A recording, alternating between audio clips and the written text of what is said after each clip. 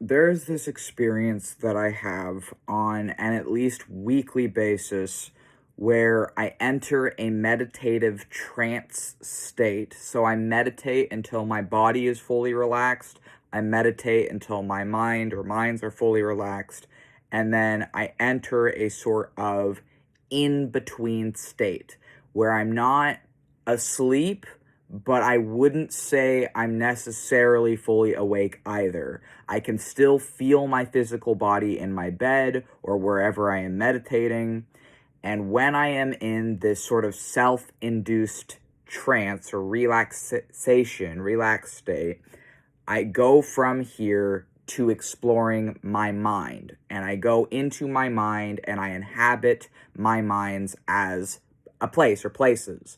And because I have DID or multiple personalities, I also can interact with, talk with, and be with the people who make up my brain more easily when I'm in this sort of self-induced trance.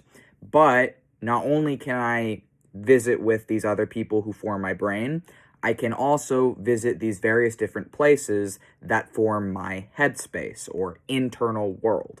I don't personally believe that internal worlds or headspaces is something exclusive to DID. I do think, though, that it's more common in us DID systems. But essentially, I go to my mind as a place, I visit the people of this place. Here is the difficulty I am having. So I am a wizard or sorcerer or occultist, which, whatever, I don't really care about the labels. Those are the labels I use, though. So in the occult, this experience that I'm having is called, or people call it, astral projection. There's other terms for it, but I would say the most common term I hear for it is astral projection. But people that I care about, that I look up to, that I value very deeply the insight of, a lot of educators and teachers and people out there have firmly stated, some that I very much believe the word of, have said that there is no scientific evidence of of astral projection. There is no scientific evidence of astral projection to support astral projection or the idea of astral projection. So I'm caught in this, I guess, dilemma, because I know I'm having this experience. I know that this experience that I'm having is real for me. I know that I'm doing this very frequently at this point, and I know that this is something I'm experiencing that is real for me, and I know that the language that is commonly used for it is astral projection. But for me, I am choosing to see this through a mental and psychological lens. I believe it is a mental and psychological experience that I am having. But I don't believe that it is the same thing as lucid dreaming. And here is why. So I have had lucid dreams for some time now. I don't get them very often. A few months ago, I had like 3 in 1 month, and that was like, for me, I think the most I've had in 1 month so far is like 3. And that was when I was sleeping and taking care of myself and mentally doing pretty well and having a lot of morning naps and things. So with this experience that I'm having, if my body is physically asleep, which I would be able to test using like reality checks and other things, if my body is physically asleep and I'm entering another world through it in my mind, then I would say that is lucid dreaming. That's what lucid dreaming is. Even if I have had lucid dreams where I had like the experience of like floating out of my body and like visiting places as a spirit, and I still would say that's lucid dreaming because my body was physically asleep while I was experiencing it. However, I also have these experiences when my body is awake. And I know my body's awake because I can then pull myself out of it, like snap myself out of the meditative trance, get up, go to the bathroom, make myself a sandwich, do whatever I need to do, and then go back into my bed, slip myself back into the state, and continue on where I left off. And so I guess the difficulty I'm having is I know that among occultists, it's perfectly acceptable to just call that astral projection. But also, I have such a high degree of respect for educators and teachers that I look up to who are telling me this is not a real thing, this is not something you can do, and that this is not like astral projection, there is no scientific evidence of it. So how can I respect and be, a good student to those teachers while also I am having these experiences very frequently, and it is like something I'm doing and engaging in very frequently that I don't have other words for aside from astral projection, because I really don't think it's lucid dreaming, because like I said, when I'm doing this, my body can still be awake. If it's happening while my body is asleep, I just across the board call it lucid dreaming now. But if it's happening while my body is still awake, then what is that? And I'm like, the only thing I can really have as a frame of reference is astral projection, because that's what other like witches call it, or other spiritual people call it, not just witches. And so, I'm kind of caught in this dilemma because I'm someone that tries to be really intentional and mindful with my language. And to someone else, they might be like, well, what's the big deal? Why not just call it astral projection like you've already been doing? Like, why is it a problem? And it's like, well, for me, the problem is that I really look up to a lot of people who are genuinely good teachers, who are approaching things from a scientific lens, who are telling me that this is not real, who are telling me that this does not exist, who are telling me there is no scientific evidence of it. And it's like, I don't want to tell those people who are literally fucking like scientists and researchers and like professional educators, I don't want to act like some asshole 25-year-old and say that like, oh, well, I know better than them because I'm having an experience. Like, that's stupid. Like, I'm not going to fucking do that, because I'm not arrogant or egotistical enough to think that I know more than someone who is a professional, in their field. But my problem is that I am having this experience.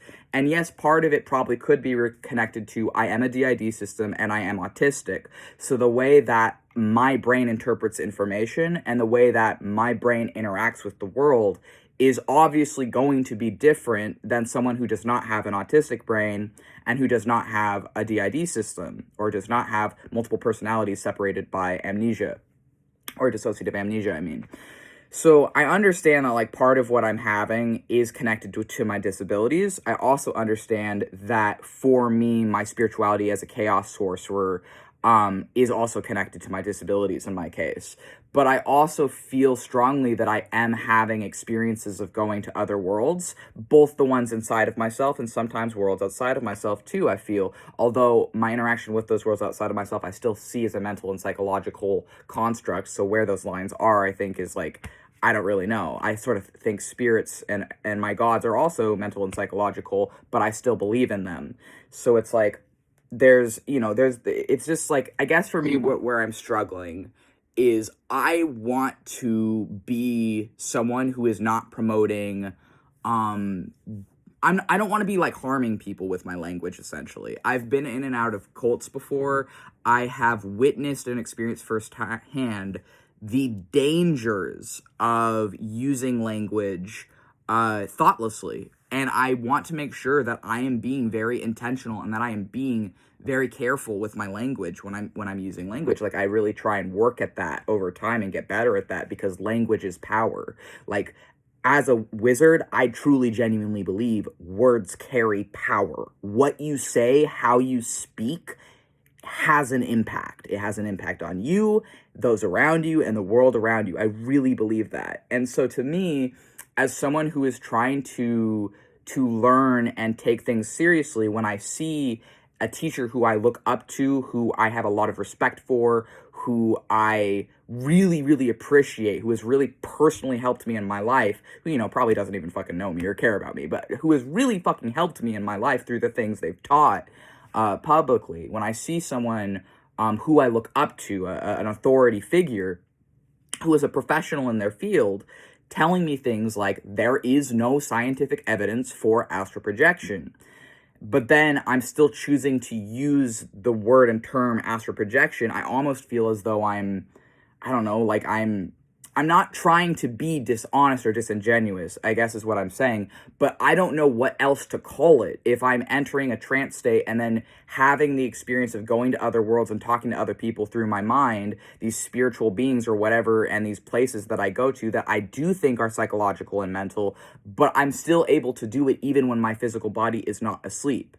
So if I'm able to have this essentially lucid dream adjacent experience, but while my body is still awake, what do I call that other than astral projection if that's the language people know for it? And so what I did for the longest time, I would just call it a meditative trance state.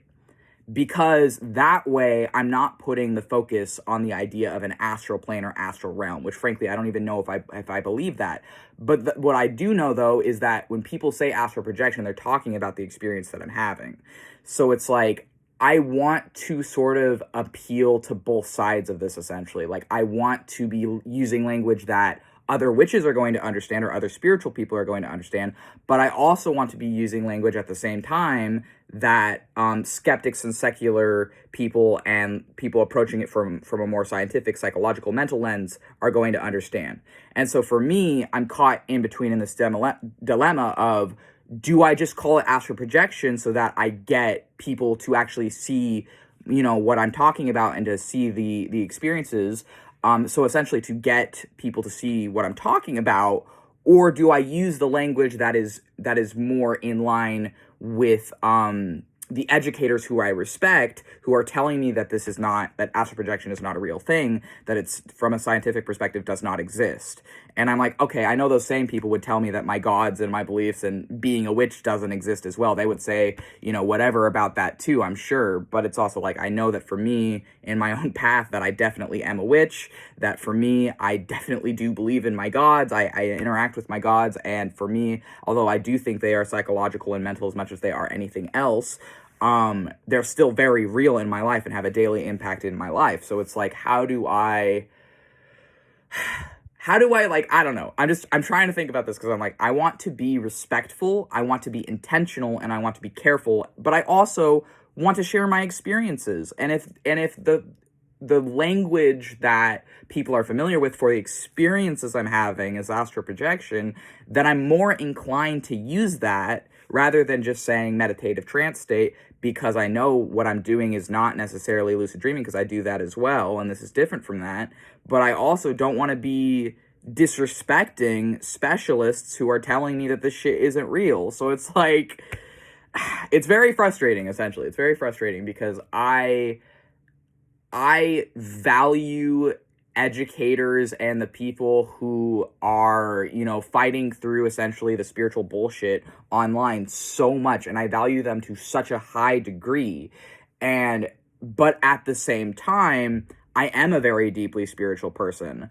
I am a witch. I am a sorcerer. Like, I am someone who is talking to fucking spirits every day, who is traveling to other worlds through my mind and having very intense and very emotional experiences that I don't feel can just be, summarized in, like, dreams, because... Well, I mean, maybe it is, though. Maybe I am dreaming while my body is awake. This is something I've thought about. Like, is it possible that because of my autism and DID, perhaps, or something, I don't know, that maybe I am dreaming, or a part of me is dreaming vividly while my body is still awake. Like, maybe that's, or like, because I'm entering this sort of in-between awake and asleep state, where I can still feel my physical body, but I'm having these experiences. Maybe it's like a self-induced hallucinatory thing, because that would also make sense. That could also be, but then it's like, yeah, I don't know. I guess I'm venting this because it's like, I don't want to disrespect people who are, educators who I look up to. But also, I am a wizard, and I'm not going to, like, compromise on, like, my identity or existence either. But also, I don't just want to be blindly using language without thinking about its impact and without thinking about the dangers and risks of that language. So that's sort of where I'm at right now. I'll probably continue to, I guess, clarify every time when I say astral project in the future that I mean a psychological and mental experience, specifically to continue to try and be mindful of both sides of this, but also where I'm at with this is, I think, conveyed in this video pretty aptly.